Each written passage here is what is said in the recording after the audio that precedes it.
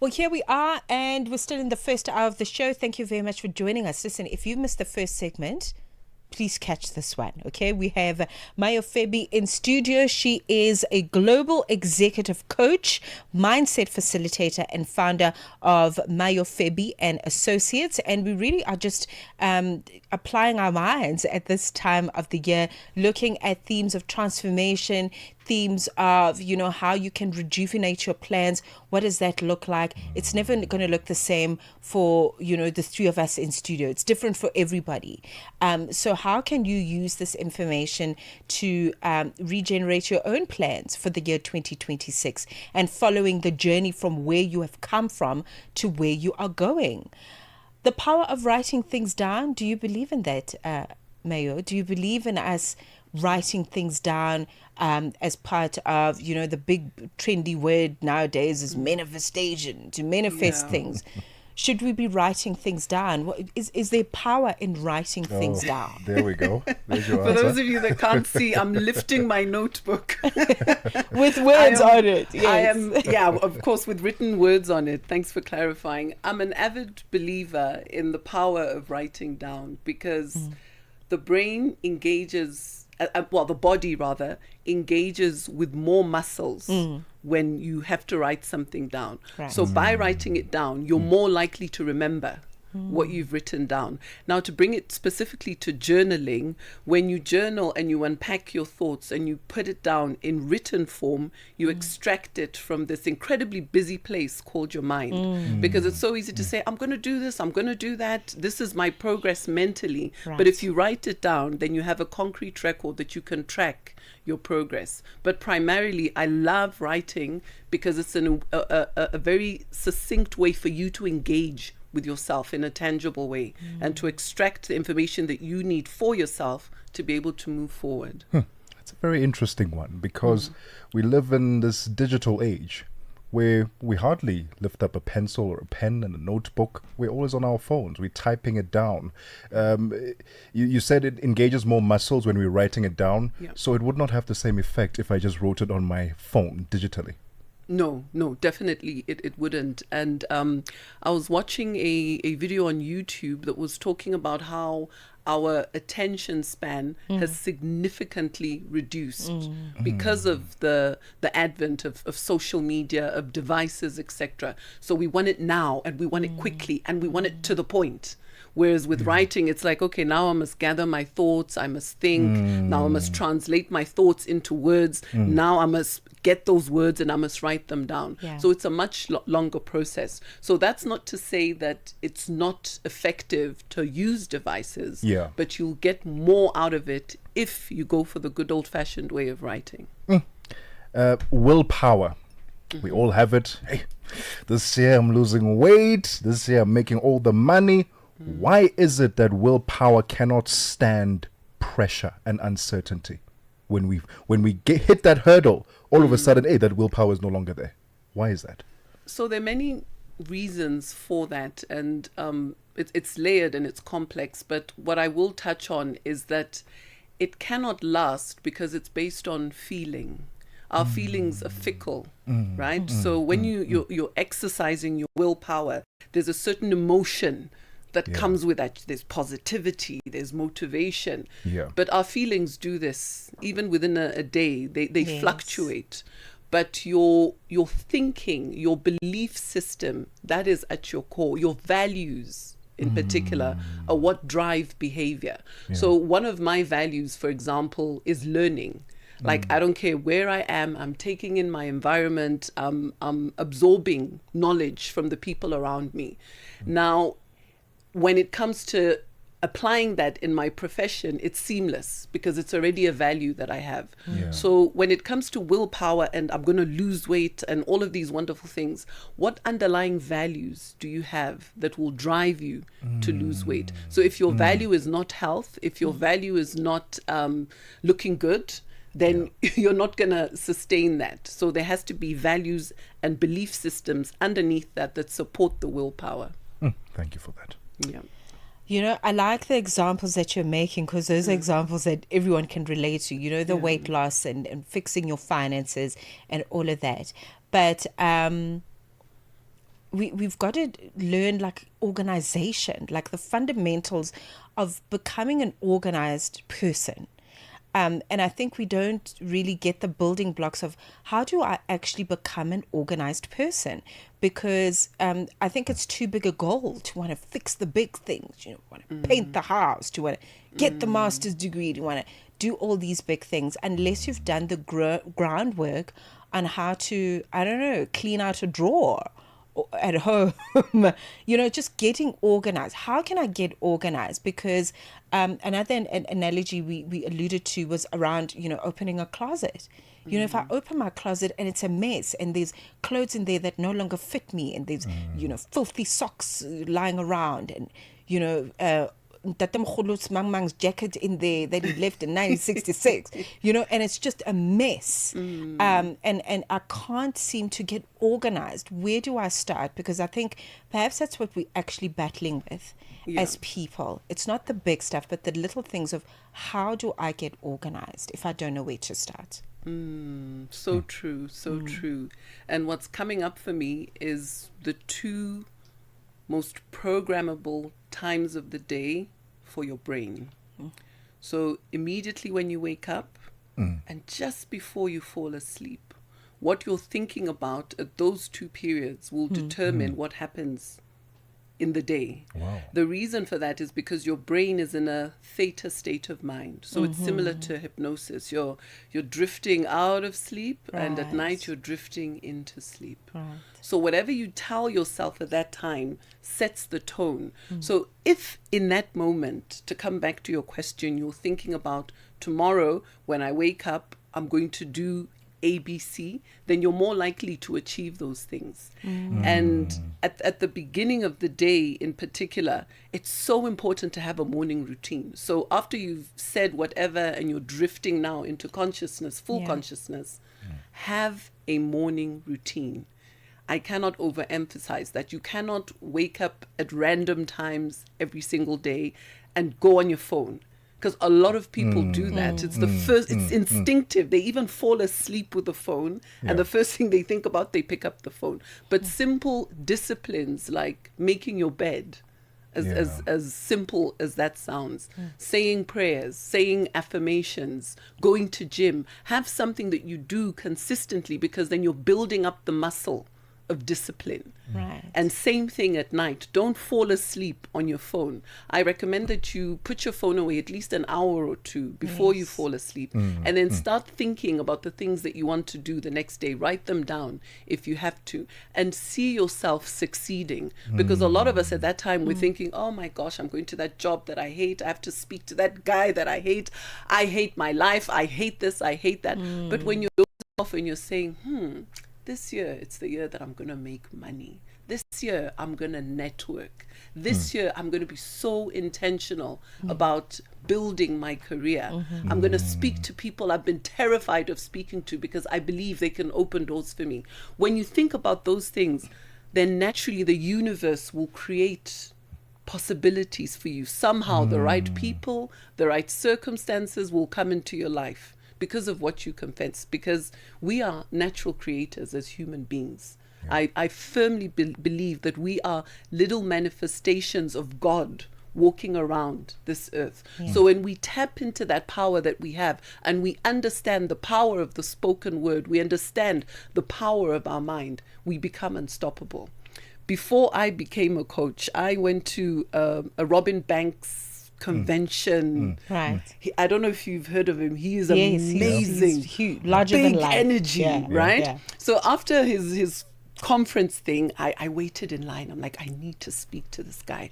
And I said to him, Robin, how did you get to do what you do? Like, what qualifications do you have? What certificates do you have? And he's like, nothing. And I was like, what? But how did you get here? He said, no, I just started confessing. I'm a motivational speaker.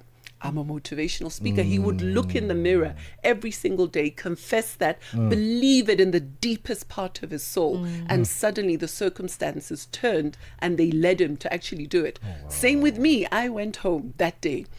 I'm a coach. I'm an executive coach. And it felt so stupid. I had zero qualifications, zero networks, zero understanding of what this thing called coaching entails. But I knew that this is what I wanted to do. Yeah. And look at me now. Come on now. Queen. Clock it. Clock it. Clock it. Yes, that one. So it works. Bottom line, it works when you set that intention and you focus on creating. You can literally build the life of your dreams. We are currently in conversation with Maiyo Febi, a global executive coach, mindset facilitator, and the founder of Maiyo Febi and Associates. Failure, what we can, well, for lack of a better word for now, say failure. We set out to do A, B, and C. I don't do A, B, and C. I start to feel like, let me just give up on this whole thing entirely, because today I did not take my 10,000 steps like I planned. So all of a sudden I'm no longer doing it the next day. I'm stopping completely. What do you tell your clients when they deal with a bit of failure, in understanding that it's part of the journey, but pick yourself up again and keep on going? Self-compassion comes to mind for me. We have to love ourselves the way we would love a friend, and we have to understand that we're human. So in as much as I'm sharing all of these amazing ideas and success stories, it doesn't mean that every single day I get it right. It doesn't mean that anyone in the world gets it right every single day. So having this deep sense of self-compassion really drives you forward, and also understanding that there's always something to learn within your failure if you look close enough. There's always something, but most of the time we say, I didn't do this, it's a waste of time. But hey, you woke up, right? You woke up, you showed up, you went to work, and you walked through the building. That counts. That counts for something. I was doing an interview with Nonotele, amazing sports producer, and I've got a podcast, by the way. That's why I was interviewing. Not that I'm a journalist, just to clarify. So anyway, she was talking about how she's on Team Nono. She says that no matter how bad her days are, she says, well done, Nono. You are amazing. Today didn't go as well as you wanted it to go. But I'm on Team you. I am for you, Nono. So well done. I love you, Nono. But what most of us do in those moments, like you rightfully said, we beat ourselves up. We shame ourselves. We replay things that somebody somewhere told us about how useless we are, how we can't do this thing, the family that's laughing at us because now we're eating boiled steak instead of fried steak, and then we give up. But when you say to yourself, baby girl, well done. And that's a part of emotional intelligence, which is being able to self-soothe. So there's self-regulation, there's self-control, there's self-soothing as a part of emotional intelligence. So you need to be able to say, shh, it's okay, baby girl. It's hard, but you did your best. The same way you would to a baby. When they're freaking out, you just say, shh, mtanam, it's okay. Do that for yourself in your times of failure. Beautiful. Yes. That's such great advice. Okay, so right now, at this stage, with the world moving the way it's moving, the fast pace, the confusion, the adulting, all these things that we've got to deal with, why is it important for us to tap in and find people like yourselves, transformation coach, because that word transformation, in itself sounds like, a big initiation. It sounds very intimidating for a lot of people. Why would I need to come and see somebody like you if I really am serious about pivoting, but I don't really understand what the role of a transformation coach would be in my journey? I love the picture you've painted around how the world is noisy. There's so much happening. And just to expand on that line of thinking, there's so much information telling us who to be and how to be in so many different ways. You should be wearing this brand, this fragrance. Your hair should be like this. You should be talking like this, whatever it is, right? So coaching essentially, and in particular my style of coaching, is helping you on the journey to return to yourself. First and foremost, you have to understand on a macro scale what is your purpose? Why are you here?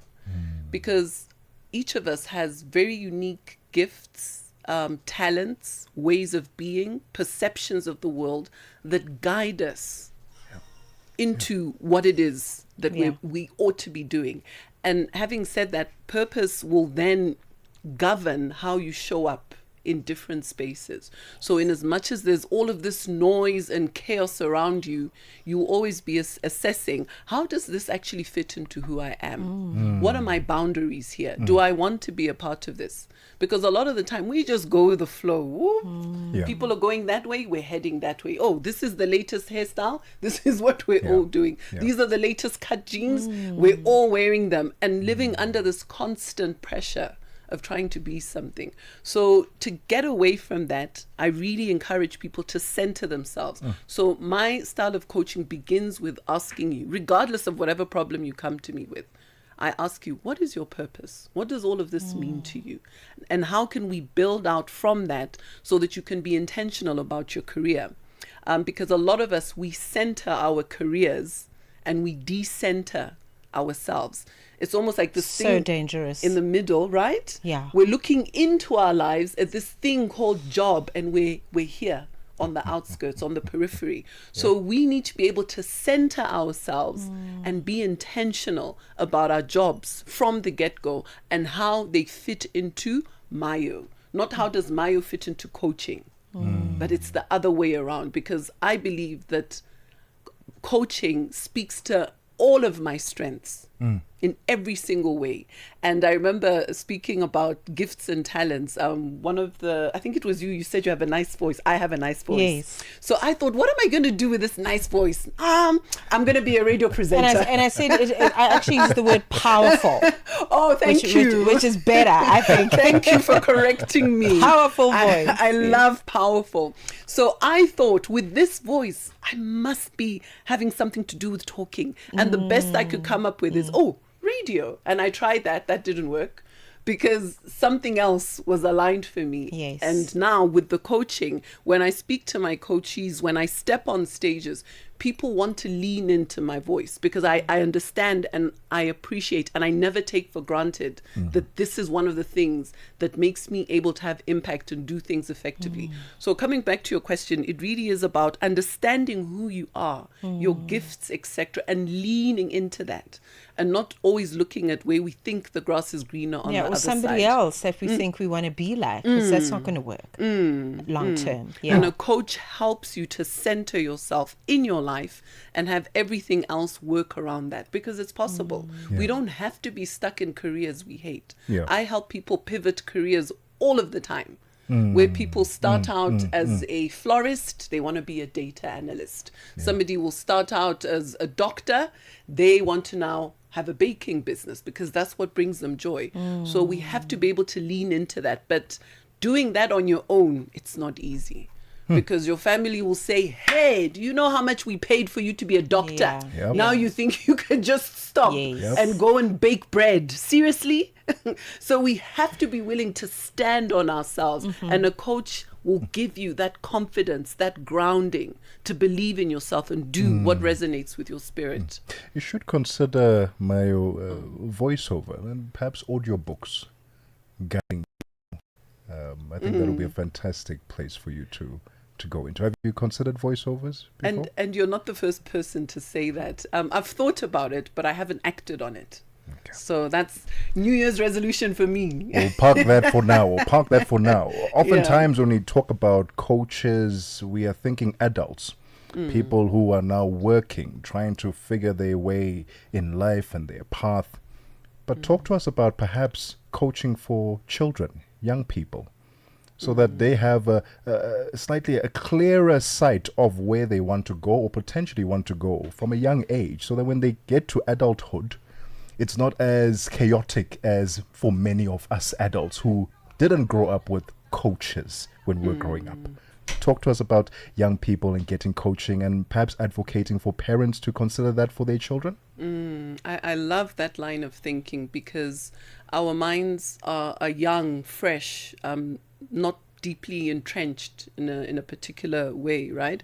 So when we're in our teens, example, finishing off university, starting university, getting a coach at that point in our lives, I think it's so critical, because it actually speeds up your progress Yes. long term. Yeah.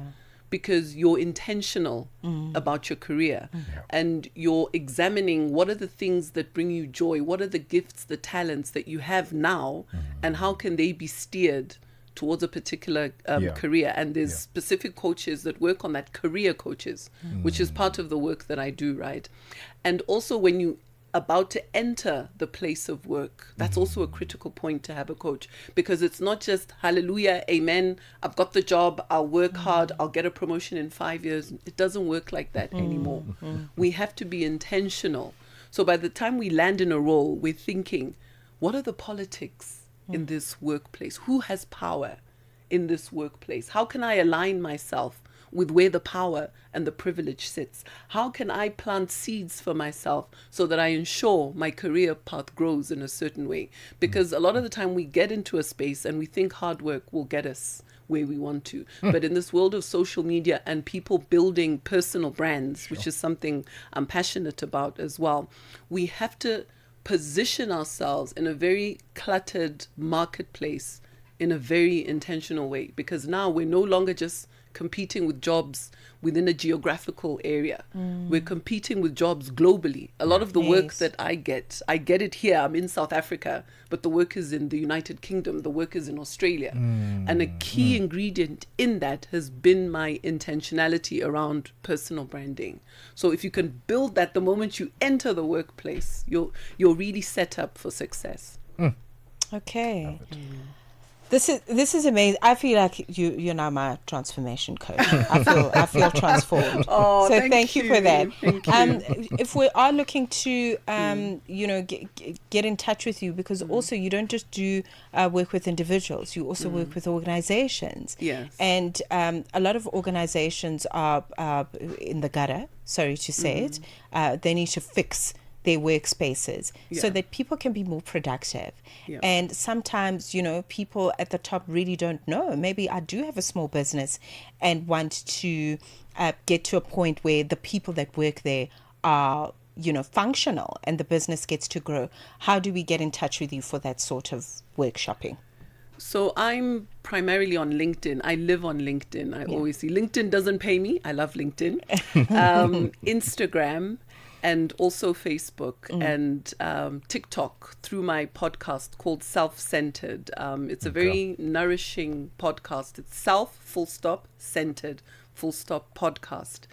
And I'll also be launching a book later this year, something I'm really, really excited about. We got to talk about that later. We have to have you back. Okay. Yeah. Oh, thank you. Thank you for the invite. Absolutely. I really appreciate that. So it's called Coach in Your Pocket, and it's essentially unpacking a lot of the stuff we on here. But because coaching can be a challenge to access from a financial perspective or even from a knowledge perspective, it's not something within your radar. You can pick up this book and really tap into what it is that coaching can do. But first and foremost, LinkedIn, and also my website, maiyofebi.com. All right, Maiyo, this has been so invaluable. Thank you so much for your time this afternoon and for helping us reset our minds, reset our attitudes for the year that lies ahead. And all the best with your company, and we hope that you can change even more lives during the year 2026.